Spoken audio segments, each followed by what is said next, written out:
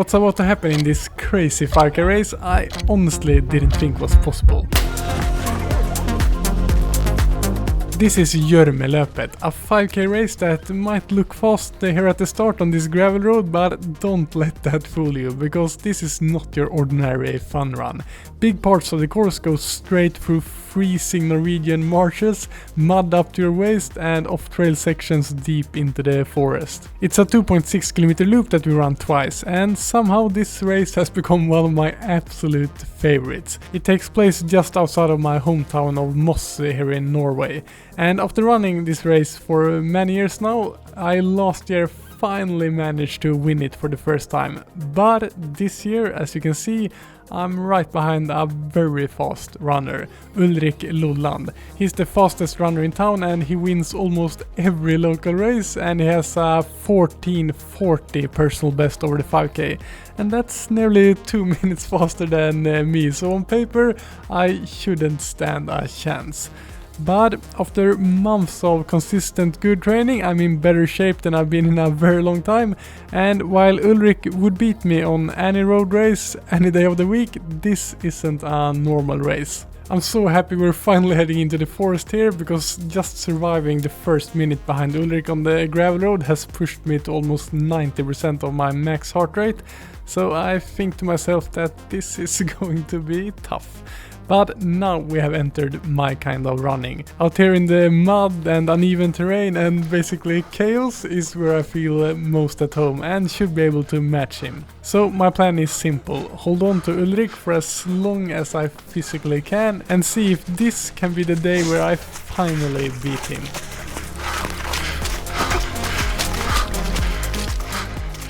Now we enter the first deep marsh section of the course, and even though it's brutal just moving forward in this ice cold water, I actually start to feel a bit more confident, because I can feel that holding Ulrik's back here is easier than it was for me on the gravel road. The only thing that worries me is knowing that there are more fast gravel sections coming up. And there I will for sure have to dig very deep to be able to stay with him. There are still a few other runners behind us, but already here in the first brutal part of the course they're starting to drop off one by one. And from this point it's going to be a fight between me and Ulrik.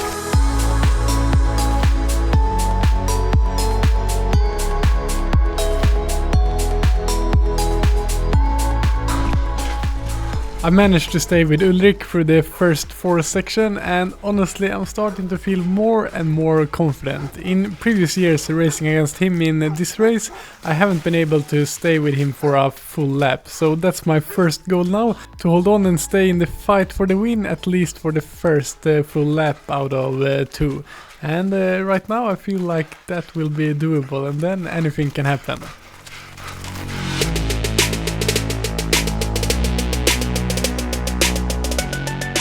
As you can see, this marsh section has a lot of spectators lined up, and it's for a reason. It's the hardest part of the whole course, and they're probably here to watch us fall deep in the mud. And unfortunately, I'm going to give them exactly what they came for. As we reach this big pool of water, Ulrik gets across smoothly, but I get stuck with water up to my neck. I get really stressed seeing him get away, but I try to get back up to speed as fast as I can, and it honestly couldn't have happened at a worse place, because right after this comes a long flat gravel road section that suits him way better than me. But I haven't given up. I'm determined to do everything I can to chase him back. Another challenge now is the cold. After that little swim I did, my legs feel almost frozen and it's hard to move them fast enough. Still, I managed to make a quick rescue plan in my head of how I should get back into the race. My plan is to try to don't lose any more time on this gravel road and start closing the gap again once we hit the next marsh section. That should suit me well.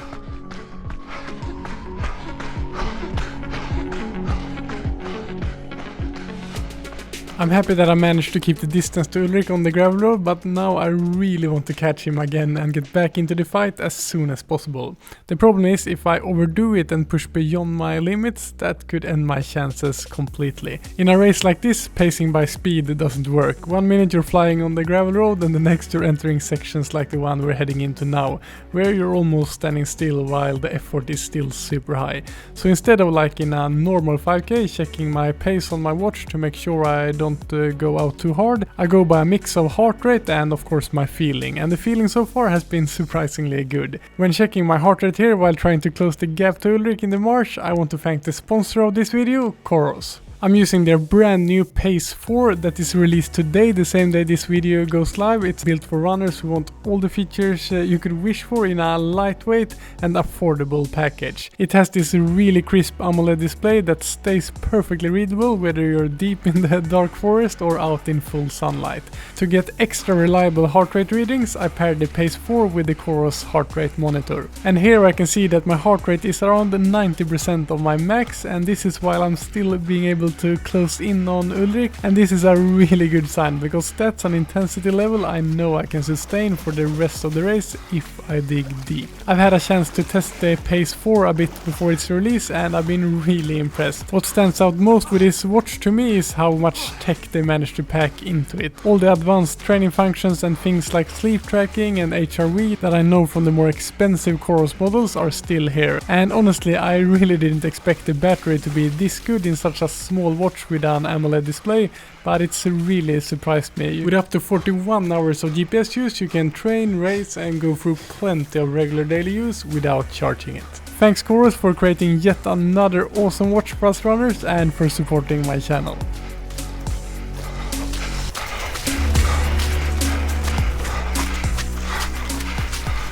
In the middle of this big march section, I finally catch up with Ulrik and I'm back in the battle for the win. And honestly, I didn't think I'd be able to really win this quickly. But now I just hope that it didn't cost me too much, because right after this march comes the steepest and longest uphill on the course, and then lap 2 starts immediately with the gravel road, where I'm sure Ulrik will put some serious pressure on me. This exact point is the longest I managed to stay with Ulrik in the 2 previous years I raced against him in this race. Now we're in the middle of this uphill to end the first lap out of 2, and I know that I'm going to be able to achieve my first goal of staying with him for the whole first lap, which I've never done before. But I'm still feeling surprisingly good, so I really want to challenge him for the win. But I also know that I'll have to dig deep in the upcoming road section to stay in the race.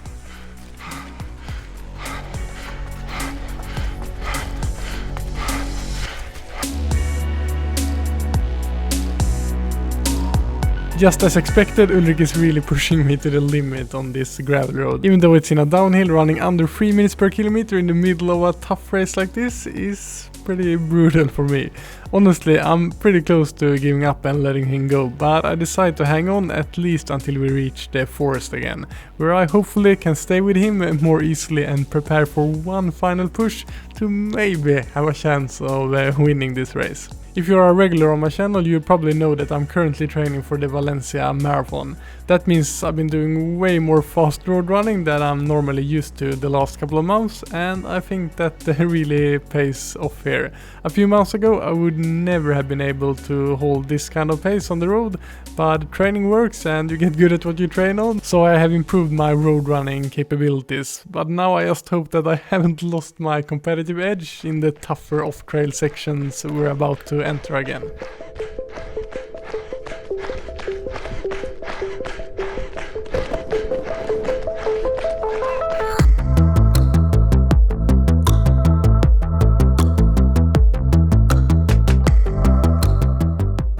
The second lap is more challenging in 2 ways. First, so many runners have already gone through the mud, making it even deeper and harder to move through.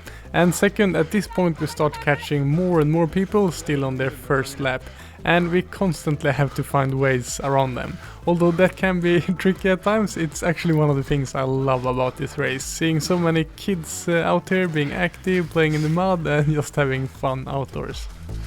Even though I'm happy to still be in the fight for the win, some negative thoughts start to creep in here. Things like, soon you'll have to let him go, this pace isn't sustainable, second place is also good.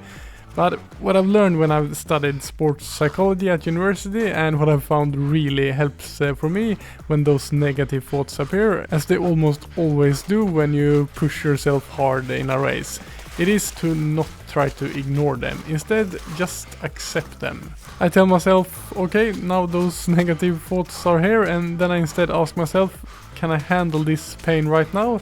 And the answer here is yes, I can. So I focus on what I can control right here and now, and that is staying close to Ulrik and just keep fighting.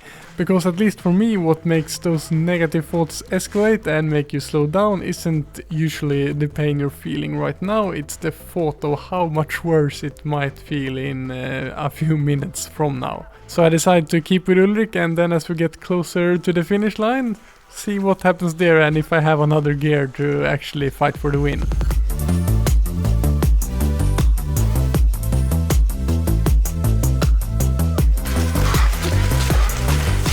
We enter the toughest part of the course again, and this time it's Ulrik who gets stuck, and all of a sudden I'm in the lead. I get a small gap and prepare to jump over the same water section where I got stuck on the first lap.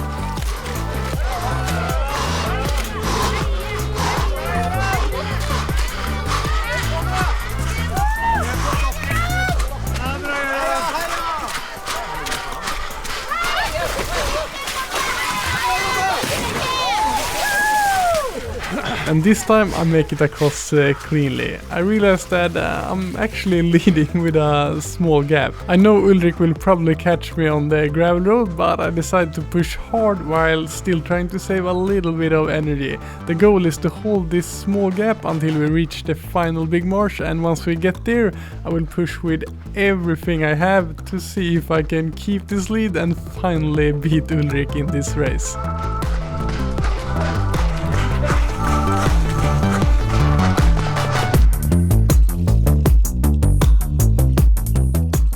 Heading into the final marsh section, Ulrik still hasn't caught up to me, but I have no idea how big the gap actually is, because I forced myself to not look back, because that would only signal to him that I'm tired.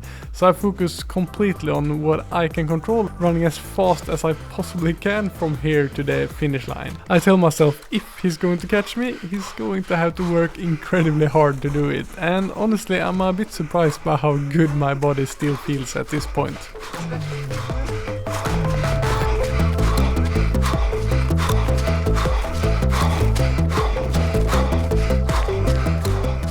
This upcoming deep body of water could really make or break my chance of winning this race. If I get stuck here, Ulrik will be right back in the fight.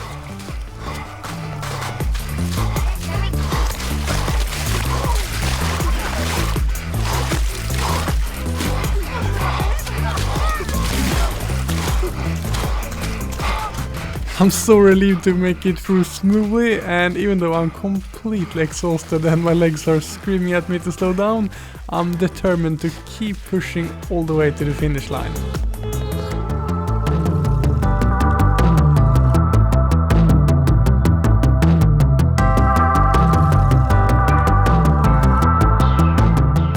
I'm finally on the last uphill towards the finish, and I still don't dare to look back, but for the first time I start to believe that if I can just keep pushing up this hill, I might actually win this thing and finally manage to beat Ulrik in a race. Even though this is just a small, muddy local race, it means a lot to me.